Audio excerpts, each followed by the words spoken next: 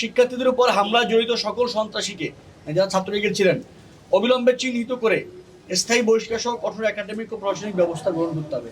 আমরা গত 1.5 বছরে এমন প্রমাণও পাইছি যে আমাদের শিক্ষকরা, সম্মানিত শিক্ষকরা কোট অ্যান্ড কোট, এরা করছেন কি, এরা যাতে ডিপার্টমেন্টে ছাত্রলীগের পরীক্ষা না নিয়ে লেদার ইঞ্জিনিয়ারিং ইনস্টিটিউটে নিয়ে গেছেন, এই সেই ট্যানারিতে তারা অন্যান্য তাদের নিজের রুমে নিয়েছেন, মানে ছাত্রলীগের থেকে তার পরীক্ষা নিতে হবে।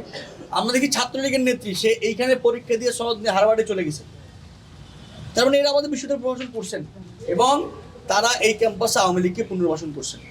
এই ক্যাম্পাসে সাদা দলের শিক্ষকরা, মানে বিএনপির শিক্ষকরা নানা জায়গাতে, ক্লাবে বলেন, এইখানে বলেন, ওইখানে বলেন, এই সোসাইটি ওই সোসাইটি, নানা কমিউনিটিতে এই বিএনপির শিক্ষকরা আওয়ামী লীগের শিক্ষকদেরকে জায়গা করে দিচ্ছে।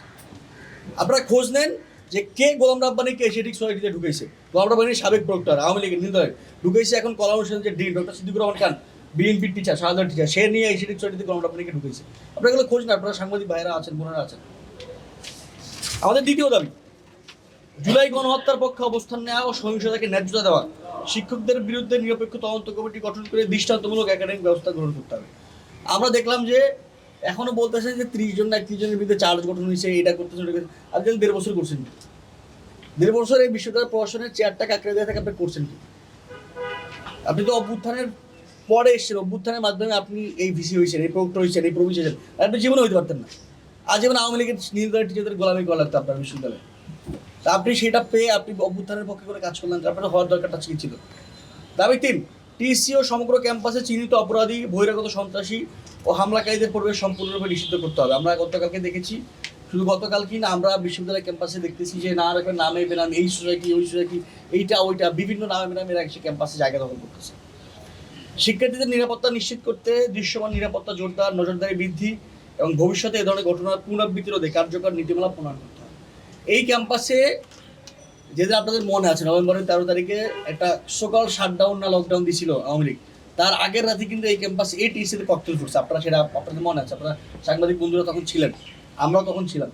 মানে এই ক্যাম্পাসে ছাত্রলীগ ককটেল ফুটাচ্ছে এবং সেটা অভ্যুত্থানের 1 বছরের পরের সময় আসে। এবং সেদিন রাতে আমরা দেখলাম যে না, প্রফেসর খুব তৎপর, এই করবেন সে করবেন, কিন্তু 2 দিন পর তার খোঁজ খবর নেই। দাবি 5, সর্বশেষ দাবি, উপরোক্ত দাবিসমূহ বাস্তবায়নের বিষয়ে নির্দিষ্ট সময়সীমার মধ্যে প্রশাসনের লিখিত অঙ্গীকার প্রদান করতে হবে। আমাদের প্রশাসন আবার আরেক কাঠি সরেশ, তাদের কাছে আসলেই বলে আমরা তো কাজ করতেছি, এরপর তারা আমাদেরকে আরও, আমরা বলতেছি তাদেরকে যে এই সন্ত্রাসীদের বিরুদ্ধে ব্যবস্থা নেন, অভ্যুত্থানকে জিয়ায় রাখেন, অভ্যুত্থানকে জীবিত রাখেন, অভ্যুত্থানটাকে মাইরা ফেলায়েন না। তারা আমাদেরকে আরও 100টা কাজ দেখায় যে বাবা আমার এইটা করতে হয়, ওইটা করতে হয়, আমার এখানে 21শে ফেব্রুয়ারি শহীদ দিনের এটা আয়োজন করতে হয়, আমার এখানে বাংলা একাডেমিতে বইমেলা চলে, এই করছি। তারা আমাদেরকে আরও 100টা কাজ দেখান, কিন্তু তার যে মূল কাজ সেই কাজটা তিনি করতে চান।